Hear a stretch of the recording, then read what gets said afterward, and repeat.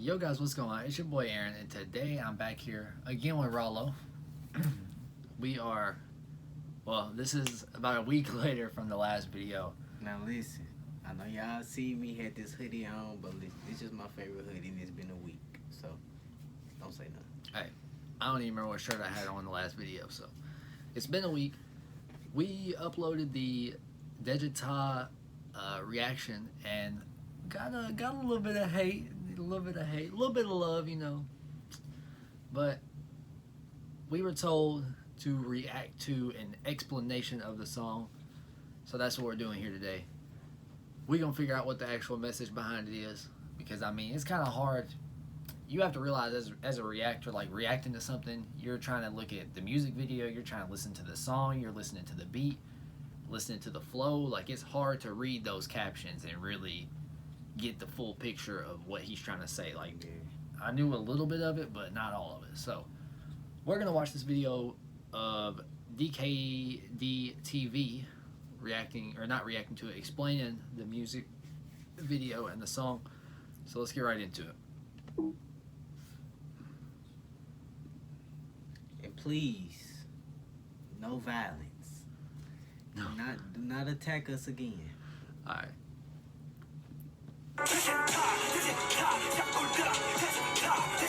Let me just say this. The song is catchy. Like, even though I don't know what he's saying, the song is catchy. The song is good.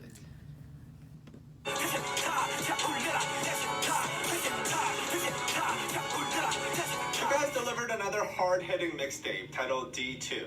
The first Agust D album, released in 2016, focused on the tough time Suga faced when he was a teenager. Suga's at a very different place now. He's much older and he's much more successful. And this album focuses on the changes of his feelings after becoming one of music's biggest superstars. It's a very honest album, and my personal favorite off of this is the title track, Daechwita. So his name is Sugar, I'm assuming? Like, that's what he goes by? I thought it was Agust D, but I guess we could be wrong. Sugar. Alright. It's an ultimate flex track slash warning slash reminder with tons of historical references, so let's take a look into it. The music video was sick too, I'm not gonna lie. The music video was awesome. He fresh. Yeah.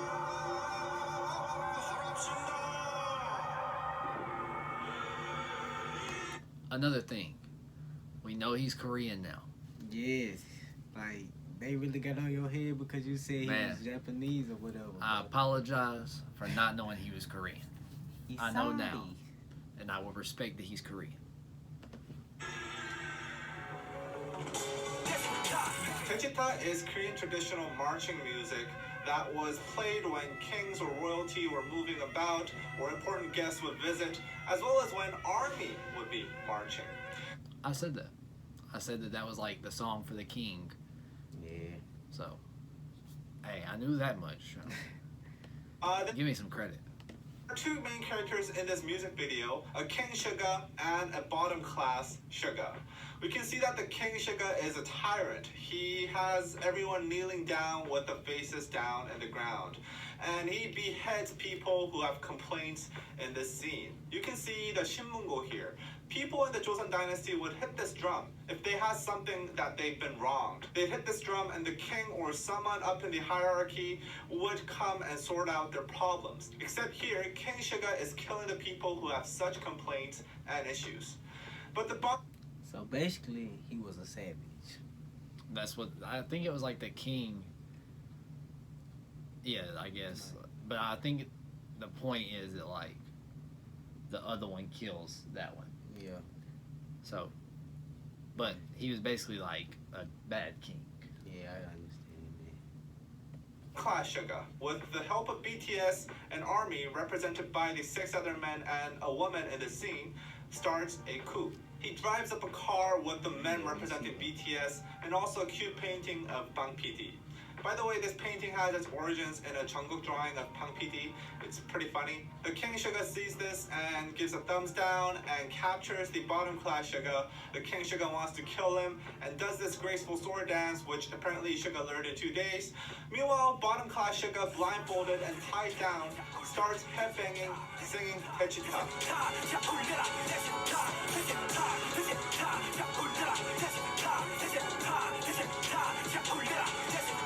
Remember how I told you that Daechwita was played when kings were about, or when the army would be marching?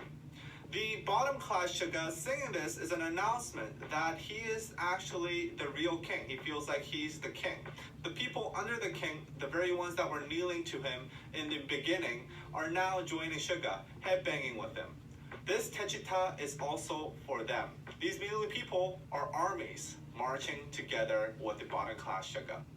Okay, see, I didn't know this song was that deep. Yeah. So like, he's basically like the bottom class him is like revolting against the other one, Yeah. like the king. And they following him, like they like, Yeah, like we he- gonna mess with him. Yeah, because they've been like mistreated. Yeah. Hey, he explained this well. Yeah. At the end, the executioner who was supposed to take down the bottom class Suga actually frees him and gives him a gun. Bottom class Suga grabs this and shoots the king. I think the MV and the song is a metaphor for BTS and ARMY taking down the existing system and the ruling forces of the industry. The King Suga represents the system, the existing system, the few powerful companies that had control over the industry before BTS came to the scene. Bottom class Suga is Suga himself in a small company with basically nothing, as if he was born into a bottom class, and winning the people over, eventually taking down the king with BTS and armies. Okay, so basically this is kind of like a metaphor for like the music industry before they came along. Like it was ruled by like a couple of people who weren't like completely right, and like them. This is like them taking it over. Yeah. I think that's what he's trying to get at. Yeah. Suga picked the perfect motif to convey his message. And if you look at the historical references, you'll be more amazed at how clever this all is.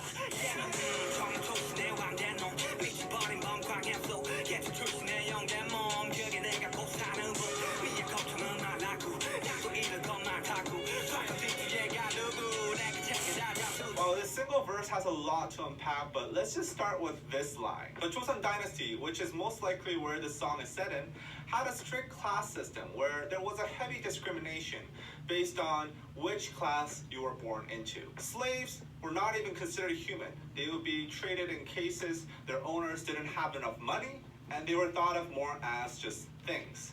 Think about the mistreatment that BTS received earlier on in their careers. They faced heavy discrimination due to them being from a small company, and they were mistreated. So it's easy to understand why Suga called himself a slave here. Slaves in Joseon were almost completely blocked off from advancing to higher classes. So for a slave to become a king is basically impossible. But Suga's saying he made it happen. The following line is a That's a lot deeper than I thought it was. Yeah, Like he's basically saying like they started at the bottom of the music industry and like nobody respected them because they were small, like from a small place. Yeah. But like now he's like the biggest thing out. Like he's the king now. Like, dude, right there super deep though. Like, he went into like history. Like history, bro. And the thing is, like, I learned some of like what he's talking about, like the Joseon class. I know I butchered that name, but like the class system, like that dynasty's class system. Like, I remember learning about that in like history my freshman year of college. reference to Gwanghae, the king of Joseon Dynasty in the 17th century. He developed paranoia while in power and notoriously became violent and reckless. Hence the line, Berserk Tiger, Gwanghae flow. But I think there are more reasons Suga referenced Gwanghae in the lyrics, especially if you consider what his life was like. Gwanghae had a very roller coaster of a life. Originally, he was a war hero, defending Joseon against the Japanese invasion of 1592, one of the biggest wars in Korean history. His father, who was then king, had fled when the war broke out, and the 18-year-old Prince Gwanghae led Joseon troops in the battlefield. Rarely at this time did kings or to-be kings go out into the battlefield themselves. So Gwanghae, fighting with the people, won their hearts over, and there were movements to throne him as the king instead of his father. The father felt threatened by this, so he made a lot of political efforts to stop Gwanghae from gaining influence. Eventually, Gwanghae became stuck between two large political powers, and this struggle eventually made Gwanghae go paranoid and become violent and reckless. Ultimately, he was dethroned after a coup. I think Suga-sama... So you mean to tell me, dude, daddy did him like that, bro? Like... Not this guy. No, I'm not saying, but like, in history, his dad really did that man like that, like... How that's can how you be stuff on happens, blood bro. like That's normal in history, bro. Like, families, like, would just turn on each other at any time. that? Like, wasn't occur back then. Well, it's because, like, it was all, like, a fight for power. Like, I just got, like, a history lesson. Relates to Gwanghae, as he himself had been through a tough adolescence, having to go out into the battlefield at an early age, just like Gwanghae did. He was an idol with no money, from a small company stuck in an industry dominated by big corporations. When Suga started winning battles and gaining power, he must felt a lot of efforts from the existing big powers to keep him away from the throne, like what Gwanghae experienced from his father when the people wanted him to become the king. Suga mentions putting his past in the rice chest. For many Koreans, the word Jeju, or rice chest, is strongly connected to the tragic story of Sado, which involves him dying in a rice chest. Sado was the son of then King Yeongjo, and his father was extremely harsh on him, humiliating him and scolding him in front of others at a very early age. This became so severe that Sado attempted to commit suicide a few times, but even then, he was treated terribly. He developed what modern doctors diagnose as bipolar disorder and began acting very violently. Eventually, the king ended up hating Sado so much that he ordered Sado to go into a rice chest. Sado went in, and he was stuck inside for 8 days and eventually starved to death. Sado had a troubled life, filled with being... What? What the heck? Like, bro, that's crazy to think. Like, in this song, like, him referencing a rice chest, like, referenced this. Damn. Oh my god. That's Isolated and mistreated, and mental health issues just not being understood. Suga has been pretty open about his mental health issues he had when he was growing up, and I think he relates to Sado. He sees himself in him. He says he's putting his past in the rice chest. It's a declaration that he's putting the old troubled Yoongi, the Sado Yoongi, behind and looking at what's ahead of him.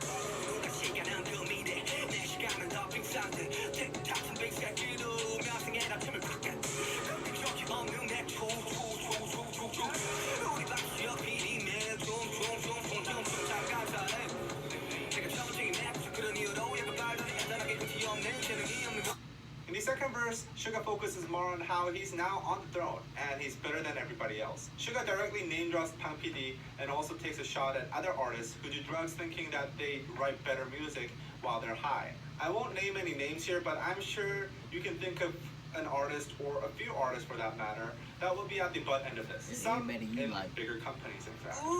Not everybody I like. Everybody in this man listen to pop pills. Everybody I don't like them because they pop pills. Yeah, but you And might it's be not busy. it's not every single one of them either. This man, he be in there. I was like, but I don't understand. Like, nah, bro. I don't like the pills. You don't like pop pills. Probably. That man pop them, had you up all night type shit. Boy! The diss aside, this line is also a glimpse into Bang PD's relationship with BTS.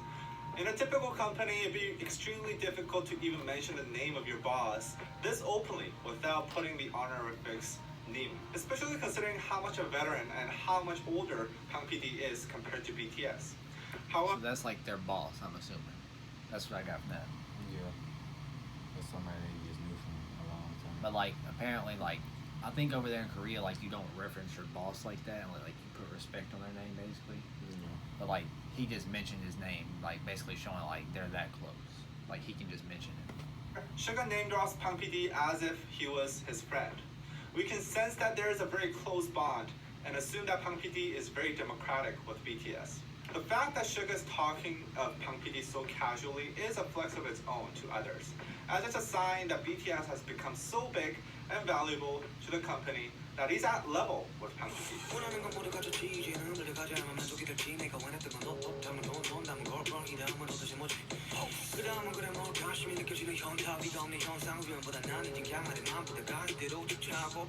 Now this is an interesting bit. Here Suga uses the Korean word hyunta. Hyunta is an interesting Korean slang that is used all around the internet. Directly translated as wise man's time, it is a word to describe the feeling you get right after you've ejaculated, yes, ejaculated, and you feel no more sexual urges, and you have a moment of clarity in your brain.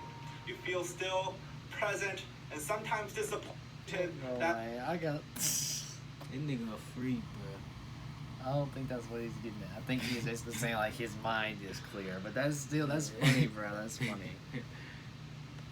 short moment of satisfaction was all you got, and you worked so hard for it. This slang originated from Japan, but it has become a staple in Korean everyday language, and it is widely used in everyday life outside of sexual situations. Okay. Usually in situations when you finally got what you dearly wanted, and you wonder, that was it? Suga's saying he's feeling extreme hyunta because he has it all. Hyunta. He has money, he has clothes, he has everything he ever wanted, and there's nothing, no one above him. While this could be considered a small cry for help, I think within the context of this song, it's more of a hard flex. He's saying, others can only dream of what I have, but now I got everything and I feel bored and disappointed. But you won't. So what do you think? Do you think it's like a cry for help, or do you think it's like... No, I think he's basically just flexing and being like, yeah, I got all this stuff, but now I'm bored. Like, because I'm already at the top. I don't know, bro. I don't know. When people start talking about life and stuff, maybe I'd be thinking like, well, maybe he is doing it because he like crying for help. Because he do got a lot of money now, and everybody fake to him. And he said the Pain PD dude the only one close to him now. He didn't say he was the only one close to him. That's just like he was just like, that's his boss. But he can reference him as a friend because he's that high up, is what he was saying. How I feel, because you never had any of this.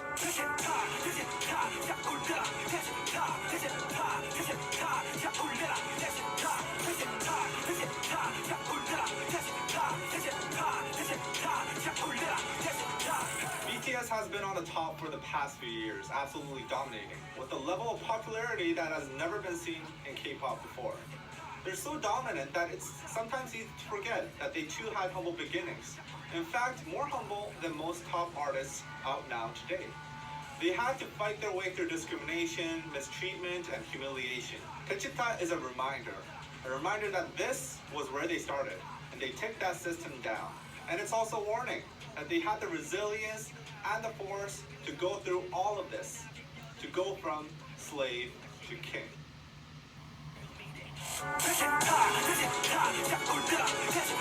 you all estimate more videos like this supporting us? That was the end of it.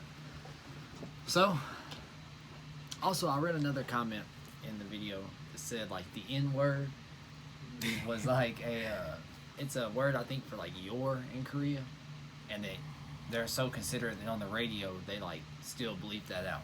And I was just playing with y'all. I was about to say I'm pretty sure he was joking y'all was anyway. just joking, like y'all straight, like we know this, like hey, Yeah, we mess with y'all. it was a joke, It was a joke, but a jokey joke. some of you guys wanted us to do this video. If you haven't seen the other video, go ahead and check it out. I'll probably leave a link to it down in the description. It's just us reacting to the actual song, which is what led to us reacting to this. If you enjoyed this video and you want to see more content, us reacting to stuff like that, make sure to leave a like, subscribe to the channel, and comment down below. And I'll see you guys all next time. Goodbye.